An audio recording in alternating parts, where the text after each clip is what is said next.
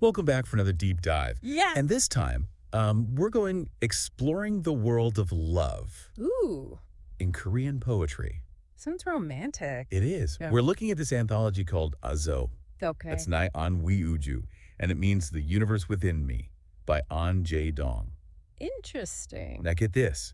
He uses all this beautiful nature imagery Mm-hmm. to explore love in some, well, really unexpected ways. So not your typical roses and hearts kind of love poems. Not exactly, no. Though there are some romantic themes in there. Sure. What's fascinating about this collection is that An Jae-dong, Yeah. expands the whole concept of love.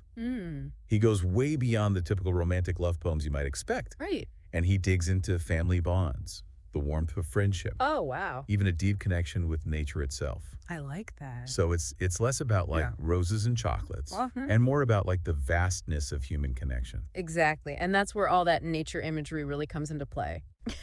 He uses these metaphors to help us understand Yeah. the different facets of love, Mhm. how it shapes us, how it exists all around us. It's all connected. Yeah. There's this one poem that really caught my eye. It's called Keeper. Keep. What's Oh, that? nice. Yanpilgwa Jige. And it means pencil and eraser. Pencil and eraser. Pencil and eraser, yeah. It's a really unique way to look at relationships. I'm intrigued. How so? Well, so he uses this image right. of these two tools, Pencil and erasure. yeah, wearing down as they create and erase. Yeah. It's such a poignant metaphor for the way we Yeah. leave marks on each other even as time passes and things change. It really is. I mean, think about it. Even Yeah. when you try to erase something, Right. the paper is never truly the same. Right, There's exactly. always a faint trace left behind. Does that connect to the idea of Yeah. the marks left on us by relationships, Yeah, even the ones that have ended? absolutely. And that brings up this interesting point about Yeah. the cyclical nature of relationships that An Jae-dong highlights. Okay. Just like the pencil and eraser, Hmm. they're constantly creating and erasing. Right. And our relationships, Yeah. they also go through those phases of closeness and distance, growth and change. It's a continuous process. It is. It makes you wonder if accepting that cycle, Yeah. the impermanence of it all, Right. if that's part of appreciating the beauty of relationships. I think that's a really insightful observation, Thanks. It's not about clinging to the marks, Yeah. but recognizing that they're part of what shapes the overall picture, Right. the story of our lives. I like that. So, moving on. Let's shift gears a bit to the title poem itself, Okay. or The Universe Within Me. Hmm. I feel like this poem really sets the stage for the whole collection. I think so too. It's full of these stunning natural images. Right. You've got birds taking flight, stars scattered across the night sky, Yeah. even the wind and the rain. He weaves them into this intricate tapestry of emotions.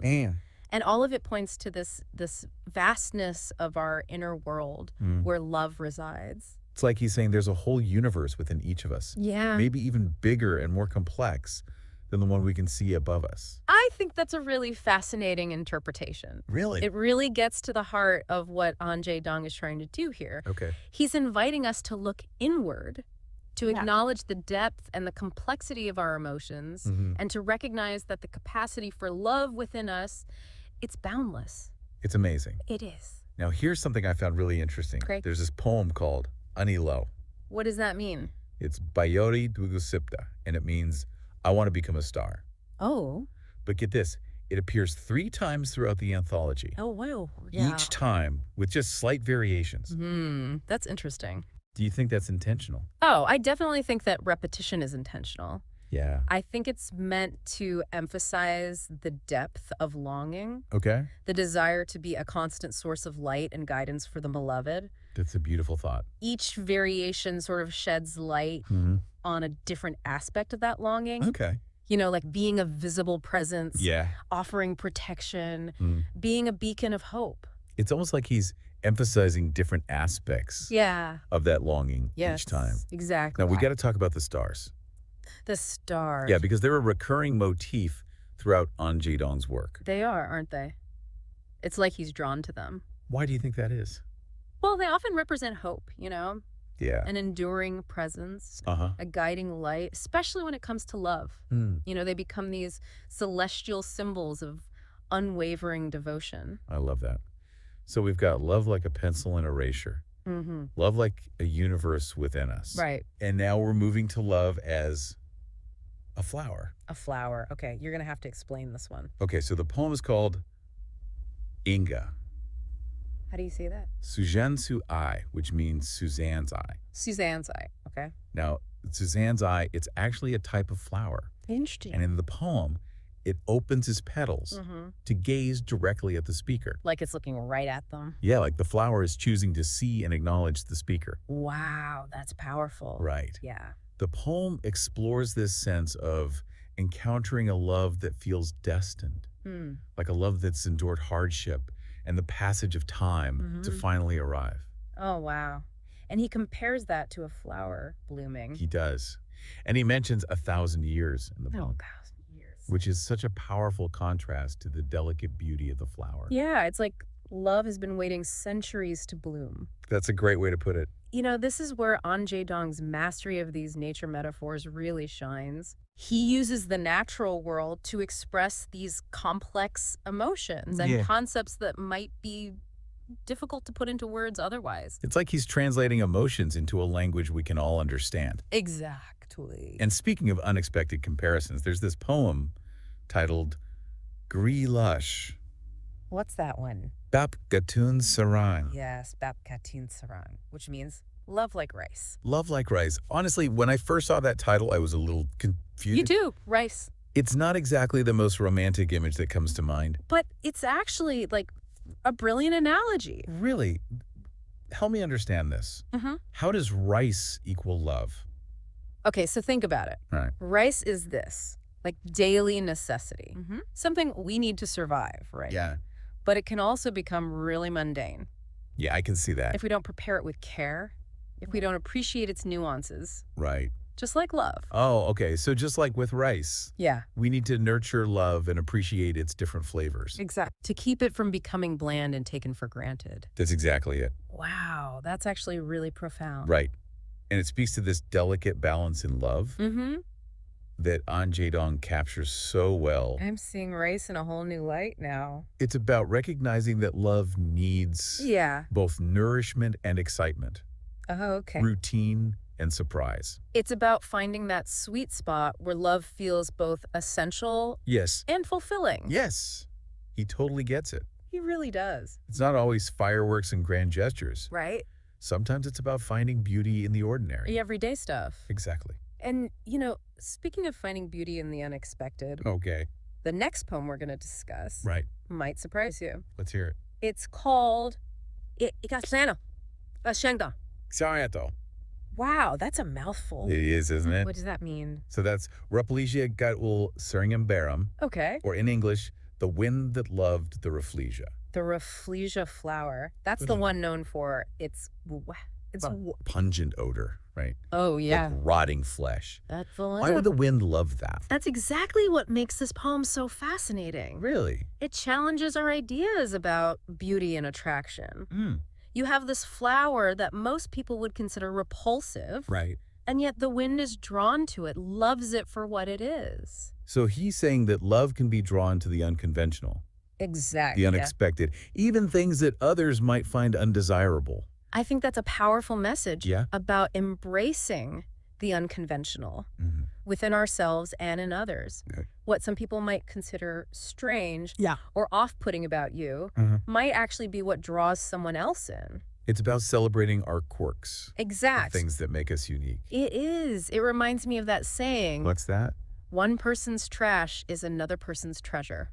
Oh, yeah, I like that. There's beauty to be found everywhere. I agree. Even in the most unexpected places. Okay, so let's move on to a poem that explores a different dynamic. All right, which one? It's called Aloha, or Namua Baram. And that means? It means tree and wind. I think this one really captures that push and pull we often experience in relationships. I can see that. You've got the tree standing firm, rooted in place, and the wind constantly swirling and changing direction. Right. Like two completely different forces trying to coexist. Yeah, but they're also interconnected. Oh, how so? The tree, even though it might be irritated sometimes by the wind's unpredictable nature. Okay. It relies on the wind For what? For news from the outside world and relief from the heat. Oh, interesting. It's a beautiful depiction of interdependence. You know, how even in the most challenging relationships, there's often a need for the other. Right. A reliance that binds us together. It makes me think about those relationships where you love someone deeply, but their unpredictability can also be frustrating. Sure. You need them, but they drive you crazy sometimes. It's so relatable. Right. I mean, Anjay Dom doesn't shy away from those difficult emotions. He doesn't. He acknowledges that relationships can be sources of comfort, frustration, and that's part of what makes them so complex. Right. It's so real. It makes you realize that even within those challenging relationships, there's often a deeper connection, a reliance that makes it worth navigating the ups and downs. I think so. It makes me wonder, Sure. what relationships in your life have this same kind of push and pull dynamic? Like the tree in the wind. Like a tree in the wind, exactly. The ones that bring both challenges and rewards. Challenges and rewards, that's it. It really makes you think. It does. About the different relationships in your life. Yeah. And how they all kind of have this give and take. It's amazing how An Jae-dong uses these nature metaphors to highlight all those complexities of human connection. Yeah. It makes you think about your own relationship in a whole new light. It really does. You know, before we wrap up, there's this one more poem I wanted to touch on. All right, which one? It's called Wheel Kuwiti. How do you pronounce that? It's Dangsino Maui Humanjimnida. Okay. And it translates to You Are My Hope. You are my hope. That one just felt different. Yeah. How so? Well, a lot of the poems we've talked about, they rely on these metaphors and symbolism. Yeah. But You Are My Hope, it feels more direct. Okay. Like he's just, you know, speaking from the heart. A raw expression of vulnerability and faith and love. I think you're right. It's like he's stripping away all the fancy imagery. Yeah. And just, you know, getting to the core of it. Just being really honest. And I think it's interesting that it comes at the end of the collection. Oh, why is that? Well, it's like he's spent the whole book exploring love. Right. All the complexities and challenges. And then he ends with this. With this. Simple yet profound truth. What's that? That even when things are tough. Yeah. Even when love feels like what? A complicated bowl of rice. Right. Hope remains. Hope remains. That's beautiful. It really is. It reminds us that love and hope, they're intertwined, even when things are difficult. Yeah. There's always a little bit of light. Guiding us. Guiding us forward. I love that. It's a powerful message. This whole deep dive has been incredible. It has been. I feel like I've gained such a deeper appreciation for love. Yeah. For all its nuances, you know, how it's just woven into every aspect of our lives. It really is. And what makes An Jae-dong's poetry so compelling. What do you think it is? He connects us to these, like, universal human experiences through nature. Right. He helps us see love reflected in the everyday things, like rice. Rice. Yeah. The wind. Even in a rafflesia flower. He finds beauty in the unexpected. He does. It's amazing. For everyone listening out there, what resonated with you most from our exploration of love? In Korean poetry? Was it the cyclical nature of relationships? The vast universe within each of us? Maybe the idea that love can blossom. Yeah. Even in the most unexpected places. We encourage you to check out more of An Jae-dong's work. Or even explore other Korean poets. Who use nature in their work. And on that note, we're going to leave you with one final thought to ponder. I like it. If you could choose a natural element to represent your experience of love, what would it be? What would it be? A sturdy mountain. A flowing river. A flickering flame. So many possibilities. Let your imagination run wild. Let it wild. Until our next deep dive. It's amazing how those metaphors can make you see things differently. It really is. Like suddenly, rice is a love poem. Who knew? It's really made me think about the power of language. Oh, yeah. And how it can, like, shape our understanding of even the most basic things. Absolutely. Like love. Yeah. It's like An Jae-dong is giving us a whole new vocabulary for talking about something that's so universal. And so personal at the same time. Exactly. Well, I think that about wraps up our deep dive. Into the universe of An Jae-dong. That's it. It's been a pleasure exploring these poems with you. Likewise.